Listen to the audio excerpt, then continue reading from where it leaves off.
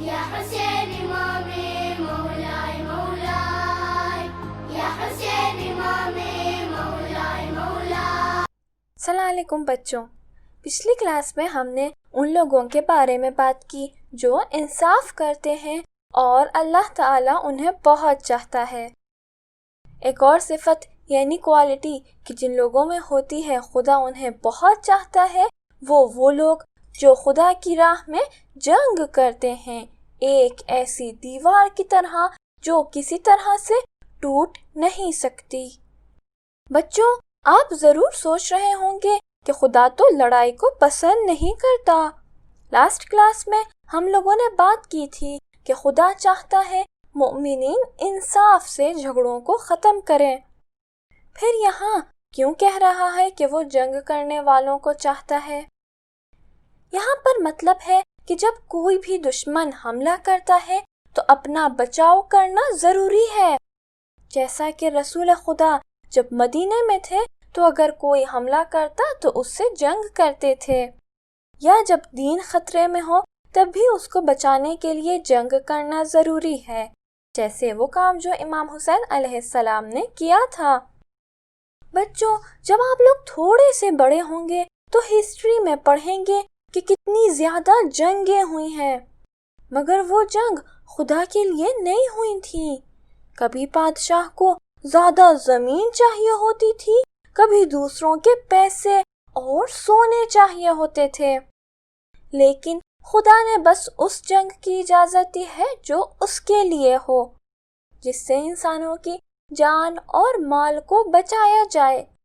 اس کے بارے میں کہ کیسے کام کو خدا کے لیے کرنا چاہیے ہم لوگوں نے تیسری کلاس میں امام علی علیہ السلام کا واقعہ سنایا تھا، جس میں امام دشمن کے سینے سے اتر گئے اور اس کو اپنے لیے نہیں بلکہ خدا کے لیے مارا تھا۔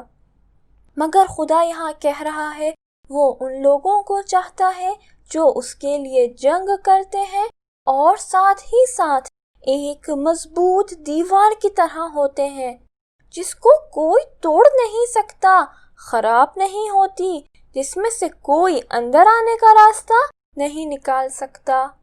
خدا اچھے کاموں کو پسند کرتا ہے، لیکن ان کو پوری طرح اچھے سے ہونا بھی چاہیے، یعنی اچھے کاموں کو اچھے سے کریں۔ وہ کس طرح؟ سوچئے ایک دن ہم نے ہمت کی کہ مما کی مدد کریں اور برتن دھونے لگے۔ ہم چاہتے ہیں اپنی ممی کی ہیلپ کریں تاکہ خدا ہم سے خوش ہو جائے۔ یہاں تک تو بات صحیح، لیکن جب ہم برتن دھو رہے ہوں ٹھیک سے برتن نہیں دھوئیں، وہ گندے رہ جائیں تو کیا ہوگا؟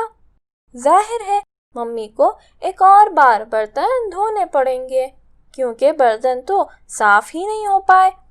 تو اس طرح سے ہیلپ کرنے سے کچھ فائدہ ہوا؟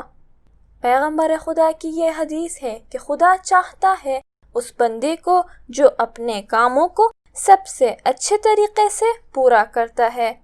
جب ہم پڑھائی کرتے ہیں، گھر کے کام کرتے ہیں، کسی کی مدد کرتے ہیں یا اپنے لیے کچھ گیم یا کرافٹ بناتے ہیں تو خدا پسند کرتا ہے کہ ہم اس کام کو بہت اچھے طریقے سے پورا کریں۔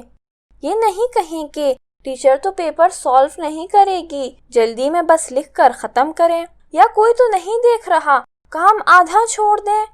خدا نے زمین کو، آسمان کو، انسان کو سب سے اچھی صورت میں خلق کیا ہے، مطلب اس نے ہم سب کو اچھا بنایا، اس لیے وہ بھی چاہتا ہے کہ ہم اس کی طرح اپنے ہر کام کو اچھے سے اچھا پورا کریں۔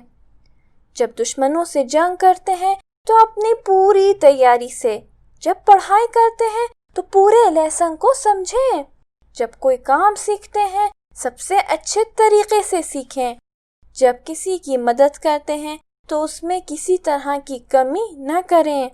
اس طرح سے ہمارا کام اس مضبوط دیوار کی طرح ہوگا جو کبھی ٹوٹے گا نہیں، اور ہم ان بندوں میں سے ہوں گے جن کو خدا بہت چاہتا ہے۔